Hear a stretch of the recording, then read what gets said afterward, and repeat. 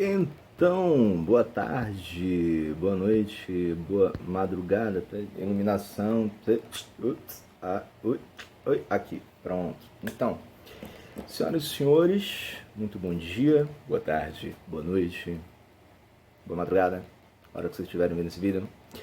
Então, ainda tô ajeitando aqui essas coisas. Ixi, apertei o negócio errado. Pronto, não, eita, tá. Pronto. Então, essa aula é voltada para os alunos do 8º ano do Colégio Ofendida Freire, disciplina é História, tá? E a gente trabalhou com a era do imperialismo na última aula, e agora nós vamos voltar um pouquinho algumas páginas para a gente trabalhar o capítulo 19, falando sobre a onda de revoluções no mundo europeu. É lá na página 228. Então pega o livro didático bonitinho de vocês, que eu sei que vocês adoram ele, vocês sempre ficam lendo ele de cabo a rabo, assim, esperando ansiosamente essa aula de história para eu poder começar a ler aqui e discutir, falar que vocês se empolgam, se animam, tal. É um momento de alegria, de euforia.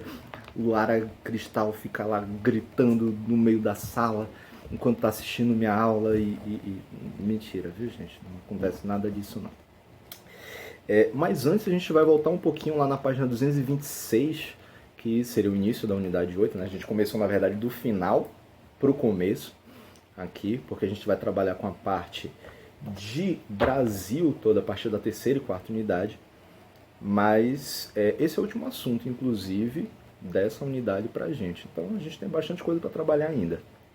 Mas o que é importante a gente entender aqui da página 226, que foi a introdução dessa unidade, essa parte de liberalismo e nacionalismos, que vai falar, que falou lá dos Estados Unidos, né? Estados Unidos, da prosperidade e secessão, foi o capítulo 20, a era dos imperialismos, no capítulo 21.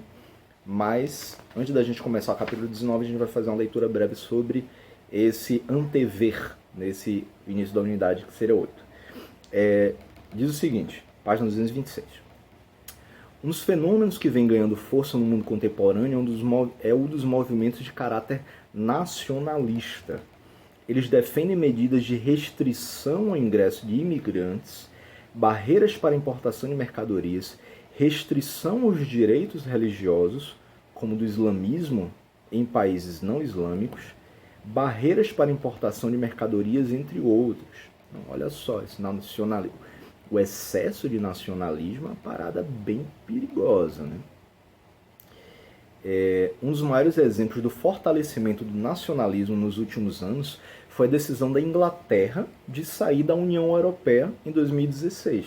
Sabe aquela zona do euro? Ali em boa parte da Europa, a Inglaterra fala assim, eu não quero mais saber disso daí não, porque minha moeda é forte, vai ser só minha. Há ainda outros exemplos de políticas inspiradas por ideais nacionalistas no presente.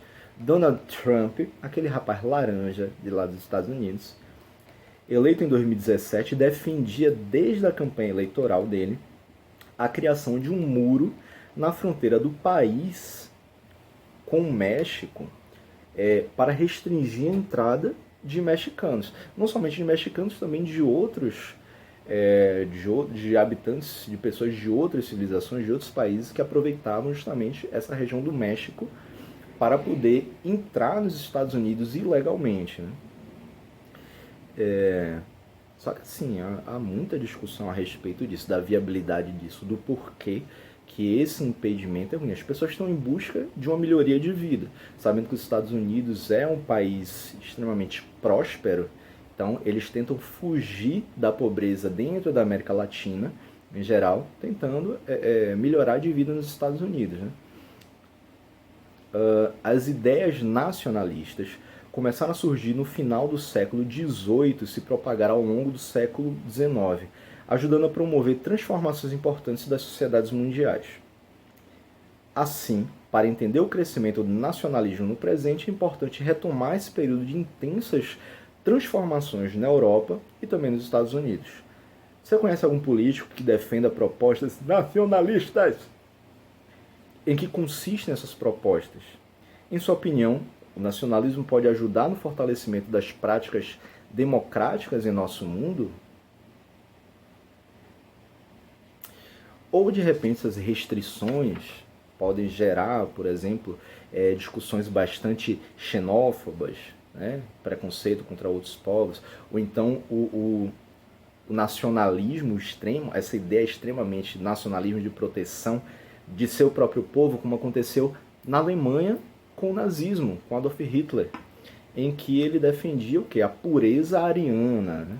Isso é o preconceito contra todos os outros tipos de pessoas. Os judeus foram que mais sofreram em relação a isso, mas os negros também eles foram perseguidos na Alemanha nazista.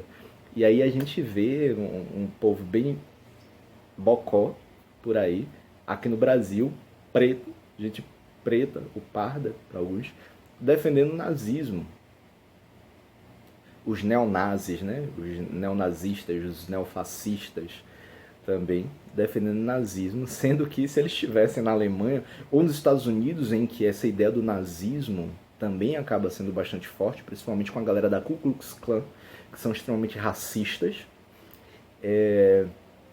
e aí a galera chega e começa a falar assim, não, porque eu sou branco, ou eu sou contra o povo preto, mas quando vai ver, o cara lá é latino. O pessoal da Ku Klux Klan, inclusive, prefere os latinos mortos, tá? Só para avisar quem tem simpatia com as ideias nazistas assim, se você é brasileiro e simpatiza com o nazismo, com o pessoal da Ku Klux Klan, de repente, pensando assim, porque os arianos, né? Povo branco, porque eu sou...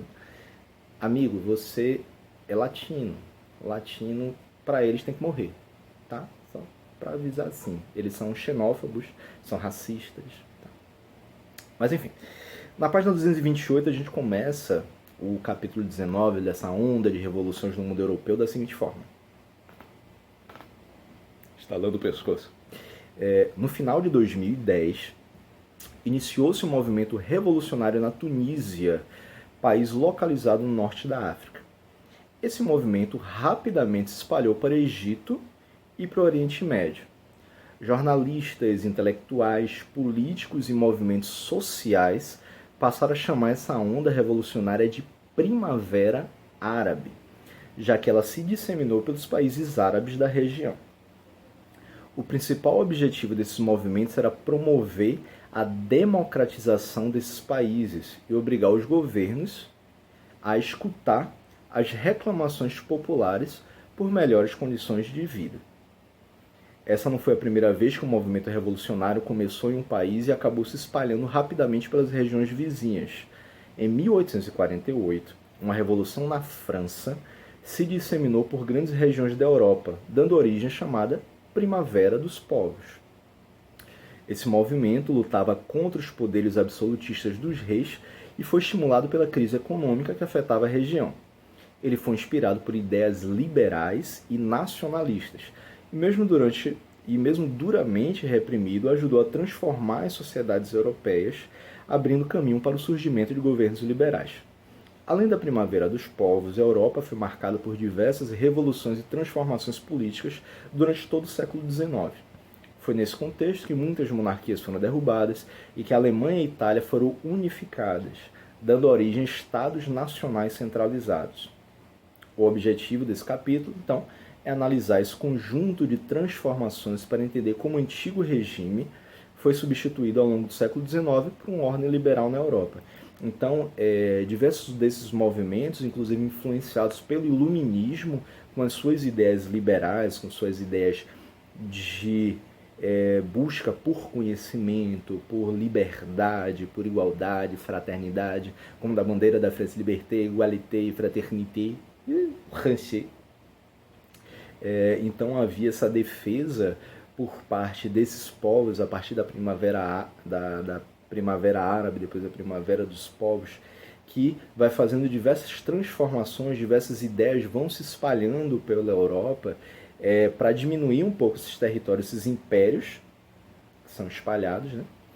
E de repente conseguir formar territórios, formar esses países. É por isso que a gente fala sobre a unificação da Alemanha, a unificação da Itália, que muitos anos depois vai acabar culminando nessa ideia que a gente estava falando sobre nazismo, fascismo, porque é uma ideia de nacionalismo, mas aquela ideia muito exagerada mesmo, de que eles não poderiam ter contato nem mesmo com outros povos que sejam diferentes, que fossem diferentes deles, permitir a entrada de pessoas diferentes daquilo que eles defendiam dentro do território deles.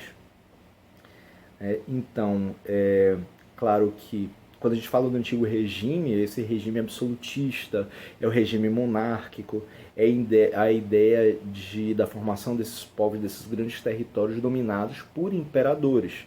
Então, acaba não tendo um território com limites geográficos muito bem definidos, né? A partir do momento que há a derrota desse antigo regime para a formação de países, para a formação de territórios mais fechados, cidades-estados ou países unificados, a gente vai ter essa disputa, a gente vai ter essa busca pelo quê? A gente vai ter essa busca pela transformação da sociedade europeia. Então, acabar com a ideia de territórios, de reinos, de impérios, para poder começar a se discutir sobre uma autonomia maior por parte desses países, né? E aí a gente começa lá na página 229, a onda de revoluções. A derrota de Napoleão no ano de 1815 abalou os princípios iluministas que vinham causando diversas transformações políticas, econômicas e sociais na Europa. Esses ideais iluministas que surgiram lá no século XVIII, lá em 1700 e pouquinho, com a Revolução Francesa em 1789, os iluministas eles conseguiram lançar suas ideias espalhando pela Europa, espalhando pelo mundo. Inclusive, a gente já tinha falado sobre a libertação dos Estados Unidos, né, a independência dos Estados Unidos, foi muito influenciado pelos ideais iluministas e os demais processos de independência pela América Latina, inclusive aqui no Brasil, a gente vai ter também baseado nos princípios iluministas. Claro que você vai ter uma transformaçãozinha ou outra, vai pegar uma ideia daqui, vai mudar alguma coisinha ali e tal, para poder você chegar e colocar dentro da realidade de cada localidade, né, de cada país, em busca de sua independência. Então, esses ideais, esses princípios iluministas, eles estavam conseguindo transformar política, econômica e socialmente boa parte da Europa. Reunidos no Congresso de Viena, tá? No mesmo ano, os reis europeus pretendiam retroceder à situação anterior à Revolução Francesa. Olha só. Ou seja, pretendiam restaurar o absolutismo e revogar as conquistas de cidadania da burguesia, sobretudo a igualdade de todos perante a lei. Essa galera simplesmente se reuniu para poder chegar assim e falar: opa, vamos retroceder. É que nem naquela República das Bananas, que a gente sempre discute em sala de aula, né? Em que o presidente, que se acha imperador, ele quer acabar com diversas das conquistas sociais que aconteceram para poder retroceder a tempos anteriores, né? Voltar a ser o que era 50 anos atrás. Em plena ditadura. Na República da... Enfim. Então eles queriam restaurar o absolutismo, ou seja, retomar a monarquia, o regime absolutista, o regime monárquico, em que o rei mandava na zorra toda, né? Então acabar com essa ideia de repúblicas, acabar com essa ideia de parlamentarismo, de presidencialismo, de você tentar igualar a burguesia com a nobreza, de você tentar dar maiores direitos para aquelas pessoas que estão em camadas inferiores, os camponeses principalmente, né, que a gente vai ter nesse período do início do século XIX, que eles vão ganhando um pouco de dignidade né, em busca dessa igualdade, ou pelo menos de um pouco mais de respeito pela participação deles dentro da sociedade. Então, quando essa derrota de Napoleão ocorreu lá em 1815, diversos desses governantes pela Europa, eles começaram a pensar assim, tem que acabar com isso daí, tá ok? Negócio de conquista social, negócio de dar oportunidade para pobre, rapaz. Pobre tem mais que tem que metralhar a petralhada aqui do Acre. Não, isso foi um lapso. Diante disso, em diversos países, começaram a se organizar movimentos revolucionários que traduziam os anseios de diferentes camadas da sociedade. A maioria desses movimentos, que se estenderam por quase todo o século XIX, era liderada pela burguesia e tinha caráter liberal e nacionalista. Eles envolviam tanto as nações que tentavam acabar com os regimes absolutistas, como as que buscavam autonomia política. Então, ainda baseado nessas ideias iluministas, a burguesia que tinha conseguido ocupar alguma parte desse espaço político dessas sociedades, eles queriam manter isso daí, manter essa maior igualdade perante a sociedade. Né?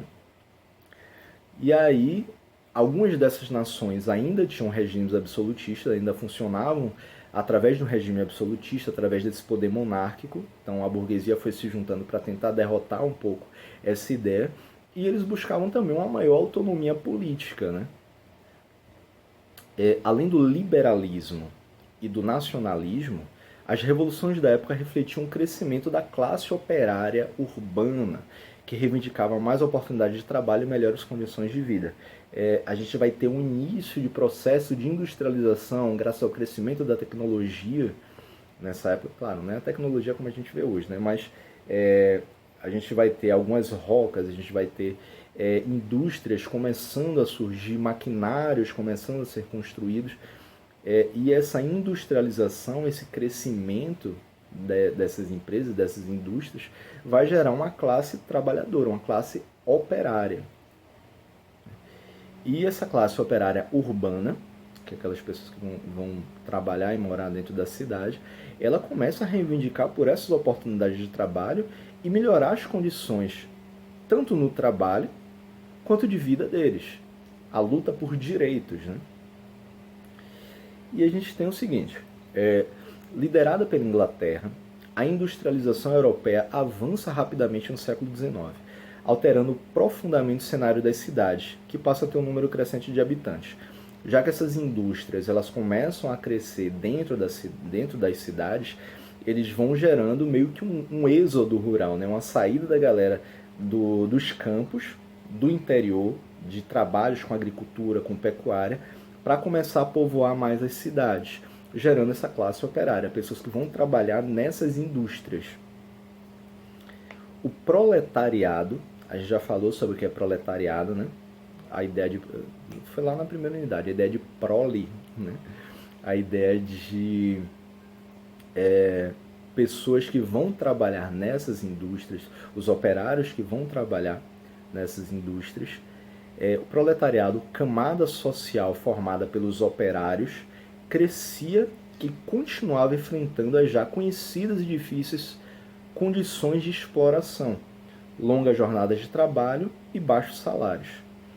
Nas cidades moravam em habitações precárias, sem saneamento ou outros serviços públicos. Então, eles dentro já nesse trabalho das indústrias, eles eram bastante explorados. Às vezes passavam de jornadas de trabalho de 14, 16 horas. Inclusive muitas mulheres e crianças passavam por essas atividades também. As crianças, claro, elas recebiam um trabalho um pouquinho menos pesado, mas ainda assim trabalhavam dentro dessas indústrias. As mulheres, quando engravidavam, muitas delas eram forçadas a tirar seus filhos, ou então elas eram demitidas. Só que assim, era uma ideia de demissão, mas também se pensando assim, ó, beleza, fulano engravidou, daqui a um tempo, o filho dela vai poder começar a trabalhar aqui. Claro, vai demorar alguns anos ainda. Mas o filho dela vai começar a trabalhar também aqui na indústria. Então pode ser uma ideia aí pra gente fazer um negócio. E aí eram baixos salários, jornada de trabalho gigantesca, salários bastante baixos. Dentro das cidades, essas pessoas, esses operários, o proletariado morava em habitações extremamente precárias. Afinal de contas, eles tinham uma baixa remuneração, eles não conseguiam viver bem, às vezes nem para sua própria subsistência.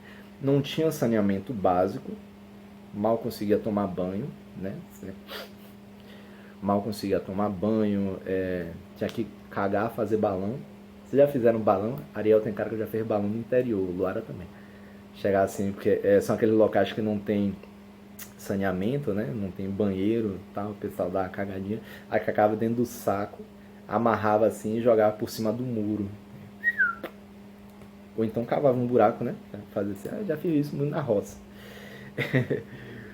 Então eles tinham essas habitações precárias, não tinham saneamento básico e não tinham serviços públicos. Acesso a médico, acesso a dentista, ficava tudo banguela. Muitas vezes ficavam doentes, tinha algum acidente de trabalho, era demitido, não importava. Muitas vezes eles tinham que trabalhar, inclusive, com um braço quebrado, uma perna quebrada, tipo, na máquina de TA. Acontecia isso muito com as mulheres. Tem um filme até que eu falei no início do ano para vocês, que tem um jovem Karl Marx, por exemplo, é bastante interessante para a gente fazer esse tipo de discussão a respeito de proletariado. Tem as sufragistas também, que fala sobre a atuação da mulher nas indústrias na Inglaterra lá no século XIX, que é bastante interessante, e fala também do movimento da luta delas por participação, apareceu um negócio aqui, por participação para votação, por exemplo, a participação delas, uma maior participação dentro da sociedade, o respeito que elas deveriam ter. Então, As Sufragistas é um filme sensacional para vocês assistirem também, para tratar desse assunto. Então, muitas vezes, essas pessoas, o proletariado, acabava trabalhando mesmo depois de sofrer um acidente de trabalho. E eles precisavam esconder isso do chefe, do empresário lá, né, do dono da indústria, do dono da fábrica, porque se eles vissem que você estava lá sem um dedinho, alguma coisa, era capaz de chegar e demitir a pessoa, porque a capacidade de trabalho dela vai diminuir. Diminuindo, não vai servir mais para aquela indústria, para aquela fábrica, né? Vai procurar uma outra pessoa para colocar no lugar. A burguesia, camada social formada pelos banqueiros, industriais, comerciantes e latifundiários, estava em plena ascensão e continuava a obter vultuosos lucros com suas atividades econômicas. As mudanças econômicas também favoreceram o crescimento de camadas médias na sociedade, formada por pequenos comerciantes ou profissionais que tinham a chance de estudar, como engenheiros, advogados, médicos, professores e funcionários públicos, né? Então era essa camada intermediária. A burguesia estava um pouco mais acima. Essas camadas média, como se fosse a classe média hoje em dia, assim, e tal. Os pequenos comerciantes, que é dono de uma vendinha que conseguia algum lucro, não viviam tão mal quanto o proletariado, mas também não tinham os mesmos privilégios que os burgueses, que a galera do governo todo, né? E eles tiveram essa oportunidade de estudo e tal, então conseguiam ter um pouquinho, uma melhora um pouquinho dessa vida. Transformações políticas. Com o avanço do capitalismo, o fortalecimento da burguesia e o crescimento do proletariado urbano, veio também uma onda de revoluções em diversos países, apoiada nas ideias liberais. Na primeira metade do século XIX, estouraram diversos conflitos, nos quais eram reivindicados direitos políticos e o fim definitivo dos vestígios de absolutismo que ainda persistiam na Europa. Então era essa luta para que se acabasse com a monarquia, que se acabasse com esse poder absoluto do rei, de mandar na zorra toda, sem você ter qualquer influência de decisão por parte das outras pessoas. E aí essa galera começou a brigar para ter o direito deles preservados, os direitos políticos de poder fazer as suas escolhas. Eu quero decidir o que é melhor para a minha comunidade através do diálogo com a própria comunidade. É uma ideia política que já vai ser uma ideia democrática, né? Democracia. Democracia, demo, vem do demônio. Demo vem do povo. Então, a democracia é o governo a partir das decisões do povo. Uma teocracia é as decisões a partir de Deus, a ideia de Deus ali, mas que muitas vezes essa teocracia era uma monarquia teocrática, né? Porque era um rei que tomava a decisão como se ele fosse o próprio Deus. Deus me colocou aqui, babaca. Então, eles reivindicavam esses direitos políticos, o direito ao voto, o direito a escolher os seus representantes, e acabar de vez com essa ideia do absolutismo, de ter uma zorra de um rei querendo mandar na porra toda lá, mas é isso, querendo mandar na zorra toda. O ano de 1848 foi tão marcado por revoluções que o historiador Eric Hobsbawm se refere a essa época como a Primavera dos Povos. Eu acho que eu tenho até um livro aqui. Na Era dos Extremos. Mas aqui é já do século XX. Dá pra ver aqui? A Era dos Extremos. A Era dos Extremos. Mas esse livro aqui já é do século XX. Aqui a gente está falando do século XIX ainda. Que é a Era das Revoluções. Eu não tenho esse livro, então se vocês quiserem me dar de presente, eu aceito. Meu aniversário é só em março, mas você pode me dar, de repente, sei lá, Dia das Crianças, né? Outubro. Não? Tá, desculpa. Então, Eric Hobsbawm se refere a essa época como a Primavera dos Povos, argumentando que grande parte dos países europeus viveu, nesse momento, seu processo de transformação política e construção de uma identidade nacional. Peraí, deixa que eu preciso colocar esse celular para carregar.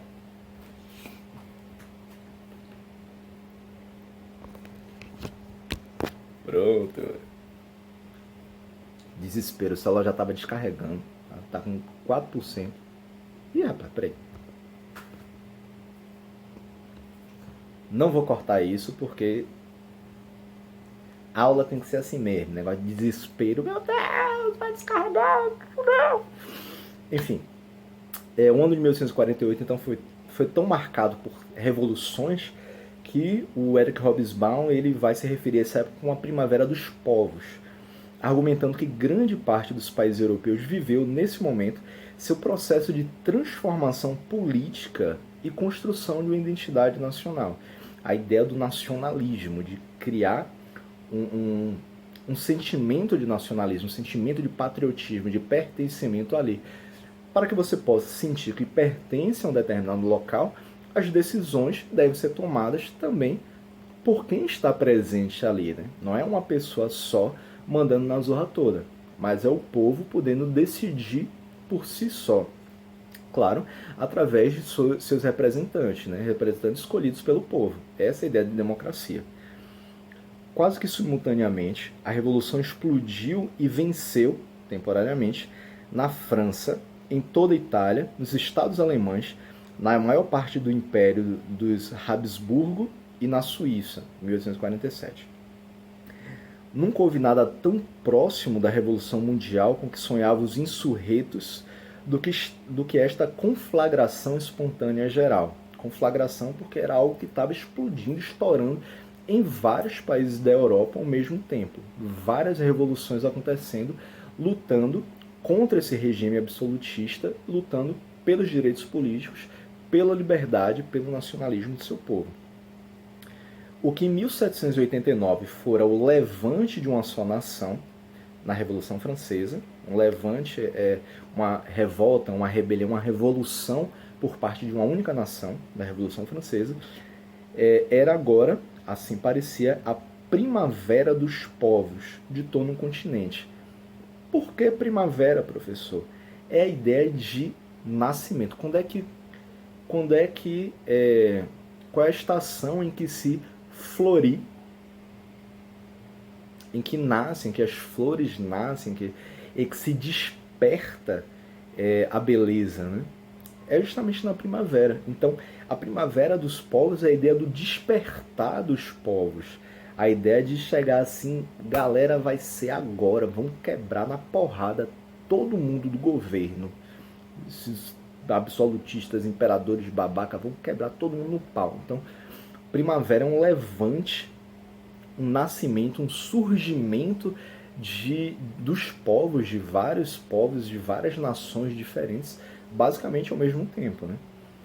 Nesse processo de construção de afirmação das nações da Europa, 3 delas se destacaram por apresentarem características que influenciaram a geopolítica do continente entre o final do século XIX e início do século XX. França, Alemanha e Itália. França, Alemanha e Itália. Só que a gente vai começar a falar sobre essas 3 nações, o avanço dessas bagaceiras, a partir da próxima aula. Beleza? Valeu? Fechou? É isso aí. Tchau, galera. Até a próxima aula. Que já é amanhã, né? No outro dia. Ave Maria, vocês vão me ver toda hora. Saco. Tchau.